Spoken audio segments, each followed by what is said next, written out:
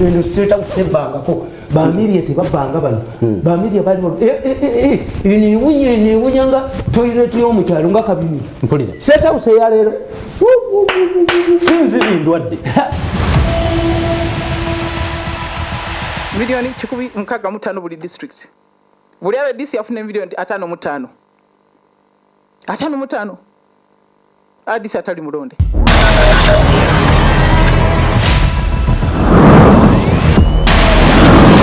bano bachimwa ente ekisambi n'omusito. Yes, because I'm getting an impression. Is this government going to kubanga wotegerera nti government egenda kugwa emmeri ng'ebbira otandika okulaba emmesi ezidduka mpulira the one seeing the way they are looting sinalaba yadduka ati looting ndoza bagula amayumba bweru kutema mpulira. I'm not seeing anybody who is consolidating this government.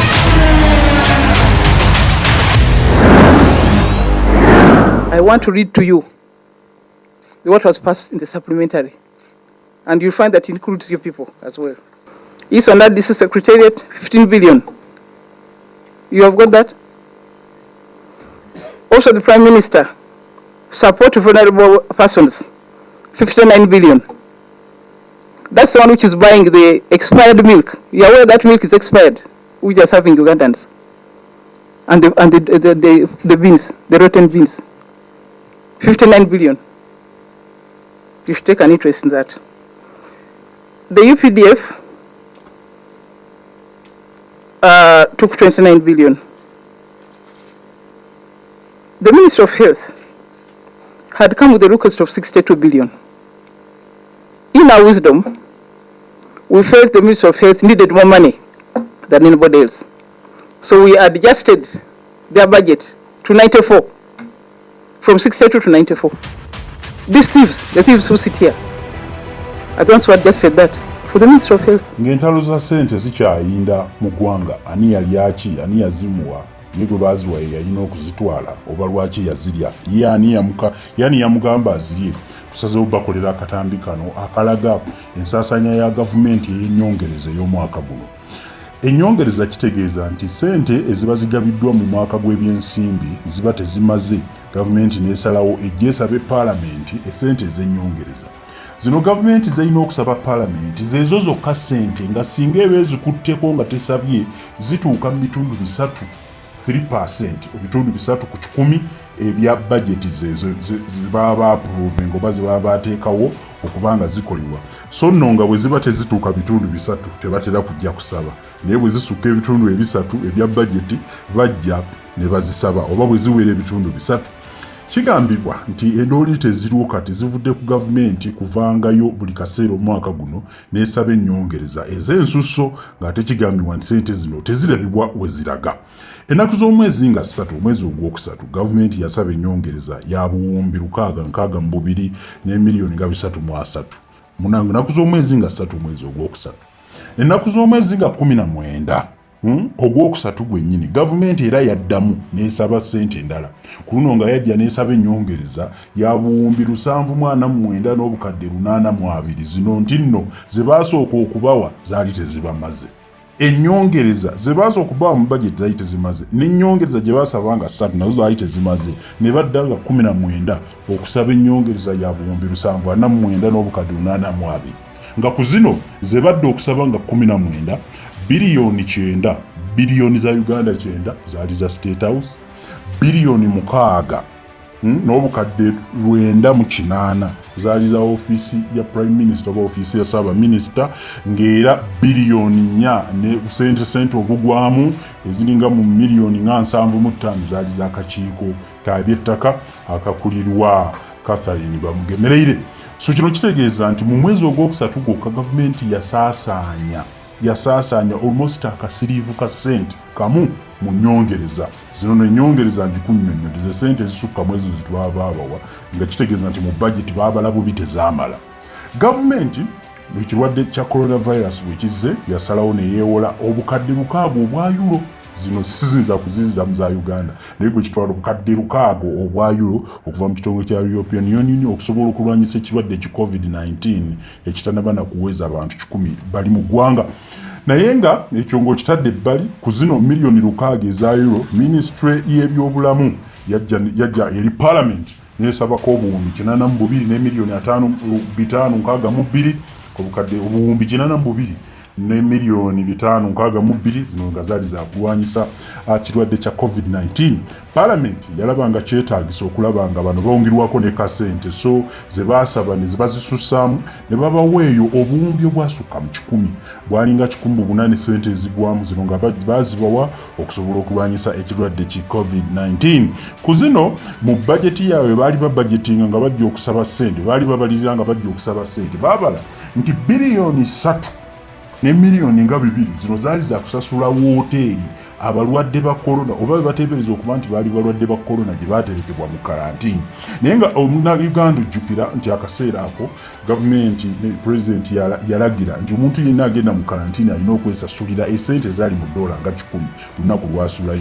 Wabula minisitule y'ebyobulamu yagenda n'esaba ssente obuwumbi 3 ne biliyoni nga 2 ne miliyoni nga 2 biliyoni 3 n'obukadde nga 2 zino za kusasula wooteeri gyetadde abalwadde ate abaali beesasulira. Ekyo nno kyewuunyisaamu. Simanyi oba gwe kikwewuunyisiriza ddala ze kineewuunyisaamu. Kwezo zennyini biliyoni 3 n'obukadde nga 364 zino zaali zakuliisa abo be baateeka mu wooteeri zino mu karantini baali bakubaliisa naye nga nzijukira abasinga baali beeriisa n'embeera tennabakusajjuka. Era waliwo endala biliyoni 2 zino nga ziyitibwa welfare and food eri abali mu karantini. Kati zino siina ngeri ki gye nzaawulamu ne biliyoni 3 n'obukadde 3 ezaali zirina okuliisa abali mu karantini. Waliwo n'endala biliyoni 2 nazo zaali za welfare and food. Simanyi welfare and food owemu. Kino kitegeeza nti zino sente zaali zakuliisa abalwadde abaali tebannawera 100 oba abaali nakati abatannawera 100 abaali mu biseera ebyo mu karantini ennaku zino abasinga bawulira. Okusomesa abasawo minisitule y'ebyobulamu yabalirira ng'ejja kukozesa akawumbi kamu n'obukadde 5 kunoga kwa kusomesa abasawo abagenda okukwasaganya abalwadde ba coronavirus. Ekyo si kibi. Ez'entambula abasawo okutambula okutuuka mu malwaliro okubudaabuda n'okujjanjaba abalwadde aba corona abatali ba corona babala mu kiseera kya covid-19 minisitule y'ebyobulamu ejja kweyambisa obuwumbi 5 ku bajeti eno ku sente ezeewolebwa miliyoni 600 aba security baali bajja mu parliament ne basaba nti baweebweko obuwumbi 81 n'obukadde 4 obuwumbi 81 n'obukadde 4 zino nga zaali za kukola bukesi okunoonya abalwadde okubudaabuda abalwadde. Naye era parliament teyalimbi yabawako biliyoni 77 n'obukadde 5 biliyoni 77 n'obukadde 5 ze baafuna ku ezo ze twewola okulwanyisa ekirwadde kya covid-19.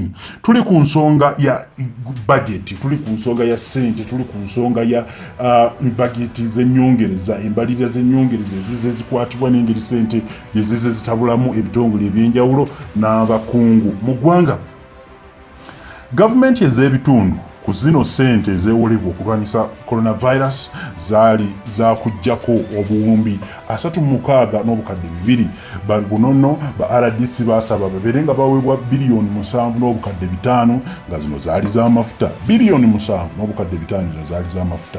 Biliyoni 4 n'obukadde 8 zino zaali za bifo mu buli district ku bagenda okutereka abalwadde ba corona. Kino kigambibwa nti buli district yalina okubeera nga erina ebifo 2 weesobola okutereka omulwadde azuulidde nti alina ekirwadde kya corona. Era ng'embalirira yalaga nti no obuwumbi 4 n'obukadde 8 ze zaali ez'okukola ku ebyo ebifo 2 buli district ya Uganda. Biliyoni 1 n'obukadde 3 zaali za kunoonyereza balina corona. Omulimu guno gwali gwagenda nga banoonya abantu abalina corona. Biliyoni 1 n'obukadde 3. Biliyoni 2 zo zaali z'aba district health officers okolaganira awamu ku nsonga ezo zaali za kubayambako bakolagane bawuliziganye bakole buli kimu. Nze nkubulira kyali mu mbalirira naani yasaba ssente mmeka era ssente zituuse kubanga zitabula abantu. Miliyoni 5 n'omusobyo eziwulika nti zaali 5 kati zaali z'aba RDC kukola mirimo gyabwe kola operation kugenda mu kusaba bipalati kutambula. Ezo nno ze zaali z'okubasasula mu kaseera kano akatannawana kuweza myezi 2 bwenfulumiza akatambi kano. Zino nno baali balina kuzifuna nga bayita mu State House. Baali bakuyita mu State House. Zino nno gye zaali zirina okuva ate zigabibwe gye zaalina okulaga butereevu. Ab'ebigwa tebiraze Ministry ey'ebigwa tebiraze eno yali yakufuna biliyoni 59. yasaba eweeberenga eweebwa bilioni 5.9 eb'ebigwa tebiraze disaster preparedness nga bw'oba ojjukira wali emabega ndowooza ne ofiisi ya prime minister yayina akasetekeefu nyenewe ebigwa tebiraze naye oluusi tebiraga so nabo balina okufunayo bilioni 5.9 ze baasaba KCC yagenda nayo mu parliament ebirenga ebisabayo ka ssente KCC baasaba obuwumbi 3.108 buno obuwumbi buno n'obukadde 108 nga kuzo baalinako akawumbi kamu n'ekitundu za kusabira eggulu bya mukulembeze wa ggwanga mu nkola bilioni 18 zaabigwa tebiraze n'okukwanaganya emirimu emirala bilioni 17 zaali za kukwasaganya balwadde ba korona bilioni 3 n'obukadde 3 zaali z'amazzi na buyonjo mu kibuga kubano nno babagamba ne babawaayo bilioni 2 KCC yafuna bilioni 2 simanyi ndowooza amazzi eyo gasasuddwa KCC jja nebayonja bwekyali kirina okubeera tewaaliwo ndowooza kasente ke baali bafuna luli balina okufuna ezenjawulo okuyonja bulwadde ba korona waliwo ne ministry endala ministry ya information and communication ennunga etutuusako obubaka ma TV ma radio na buli kimu ministry ekulembera ebyo baasaba obuwumbi 14 n'obukadde 72 buno nno nga kwaliko milioni 5 za kukola bulango bwa korona mu studio buno nno zaali za kukola bulango bwa korona wali wansi sawa no sekerera byensoma ne wali wansi sawa no kuno kwaliko milioni 5 za kukola bulango mu studio zirabula abantu korona milioni 3 zaali za kubisa bupande obusomebwa abantu ku kirwadde kya korona bilioni 3 zaali za billboard ebipanda binene ebitimbibwa ku nguudo agapanda aganene binono billboard zaali za kulabula abantu abali ewaka ku kirwadde kya coronavirus bilioni 10 zaali za kugenda eri TV ne radio ezo ezitambuza obubaka bwa coronavirus ku zino bagamba ministry gundi parliament yabawaayo obukadde bilioni obukadde obuwumbi 6 yabawako bilioni 6 zino nno nga kwezo UPC nga TV okukola ku nsonga zonna mu kaseera kanu yaweebwayo bilioni nga 3 n'ezigwamu ate nga parliament nayo yagamba naffe tujja kulekebwa abakiise baffe aba parliament ne babeera nga beeyisizaayo bilioni 10 zino nno ezaleeta kakati nno byenkusomedde ebyo ebitonotono ku supplementary budget eyayisibwa era nga bw'ozibalabalamu kitegeeza nti ab'ebyokwerinda bannaffe be basinga okufuna kasente ne baddirirwa ministry y'ebyobulamu ate ministry y'ebyobulamu bwevaako n'abalala ne bagoberera kakati situmanyi mu kaseera kano security ne ministry y'ebyobulamu ani yalina okubeera omukulu ku nsonga ezo naye ekisinza okuleeta ettagali mu ggwanga ze ssente parliament ze yali yeewadde ezo no bilioni 10 zaafaanana bubi okusinga zino zonna ze mbasomedde ya 5.5 buli member wa parliament yali wakufunayo milioni 2 RDC ng'afunyeyo milioni 5.6 ng'ez'amafuta tuzibaze bano bafuna akasente kaabwe era bwetyo embalirira sente bwe zireese obuzibu sente zireese obuzibu zezo ze mbasomedde katugendeko obuteerevu wano mu birala parliament n'enkaayana za sente endala No. Attorney General, no. Madam Speaker. No way. No. Madam Speaker, I thank you. Next time the court will say, take off your clothes when you're in the house. And we shall have to obey. That on the day of hearing, the money had been dissipated. The day of filing, even the day of filing, even the day of hearing, the money had already gone. Yeah, even the day of filing. But Madam Speaker, of course... Don't encourage the courts to overrun Parliament. No, Madam Speaker... No.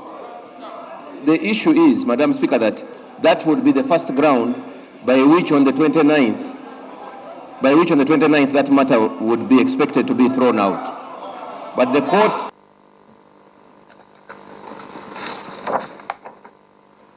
Kakati, ekitongole kiramuzi fenga Parliament tufubye nnyo obutangira mu bitu bya kooti tetuletanga kwano kiteeso ffe bennyini okutyobola kooti tetukikolanga era bwe bageza nti ayo temugendayo si byaffe naye omulamuzi n'otuula first baali wagala kola gundi expert justice what's her name Nambayo bakola mu Mukutu ne Karuhanga wabula ku kooti bali mutaka ne baloze balese zikwata ku Parliament kukubira abantu office muti waliwo kye balese wano Omulamuzi ngali Mukutu n'abakiise okufalinga omusango bagusale nga tetuliyo ate nga tutegedde. Kakati batwala omusango ogwo ssente ze banoonya twasasula dda. Bagendayo nga 21 ssente twasasula nga 17. Kyenava mbaga nti ekintu kye munoonya tekyaliwo.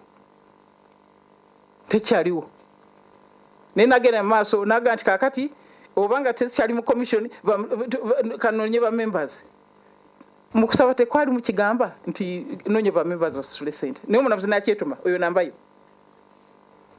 Kakati balina application endala ya injunction eyabadde yajjo. Basomye mu poza yaffe yatuga nti bannange ensonga zimwesibako tezikyaliwo. There is no subject matter for injunction. Tuga nti tubyetegereza omusango tugujjeeyo. Karuhanga n'Oduru ne bajja omusango gwabwe jjo mu kooti the withdrew. Kyatawunyisa nnyo nti omulamuzi mufo kyogga nti matter has been withdrawn goodbye. Ate adda mu birala nti ate nange nyongeddeko ebiragiro ku ssente. Ebiragiro biva wa speaker, biva wa president, biva mu kooti on the same money. Tenda buyinza ku appropriating a ssente naye yatudde eri nalagira wano zitwale wano kola bwoti. Complete unconstitutional. Abantu baffe twabaddeyo ne Attorney General n'awakanya n'abaga nti twabadde mu kooti balina bajjayo omusango. Kati wasaze ng'osinziira ku ki? Case has been withdrawn. So what is the ruling about? Yalibadde aga nti case withdrawn, have a good day mugende. Ne nayongeramu ebibye. Ne twemulugunya ne tuwandika ebbaluwa wa registrar tumuga nti kola order refreshing ebabadde mu kooti sibigo byolowoozezawo ng'oli mu kyembayo bye tuliko kati. So twamulugunyiza nga parliament twemulugunyiza nga ofisi ya Attorney General era tugenda kubigoberera tulabe nti order nayo emenyebwawo kubanga ina Uganda lwange olusi lubula naye it's eri awo bwetyo. Okay, kakati njagala okakasa abakiise. Don't panicking. Muli bambi ba parliament. Obuyinza waffe n'obuvunaanyizibwa bulano mu parliament. Ensonga zonna tugenda zikola okutemu panicking. Kuba tutamanyi tukole president yagambye, tukole n'omusi yagambye, nabala okubawa guidelines. Nasomera ali mu parliament musana. Mpesa nti mu following guidelines zenawa mu parliament temutatagana na bintu birala. Would be morally reprehensible for members of parliament to give themselves money for personal use. The failure to obey the court order, of course, exposes them to contempt of court proceedings, and that is punishable by a fine and imprisonment, depending on the court. Equally, the Speaker is also saying that we can only take this money to the district task forces. So I can see this as a photo opportunity. So those who thought it was for members of parliament, very sorry. I think that the interpretation of the Attorney General is not proper, and the ruling of the Speaker is that it should be ignored, because members of parliament were not sued, they were not parties, but also they were not served. To interfere with the whole supplementary, the 304.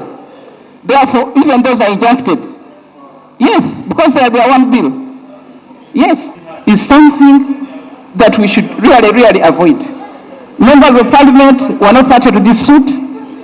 The court had no business to interfere with their accounts. We have allocated the money to the districts. We have allocated the money to security. We have allocated the money to the Ministry of Health.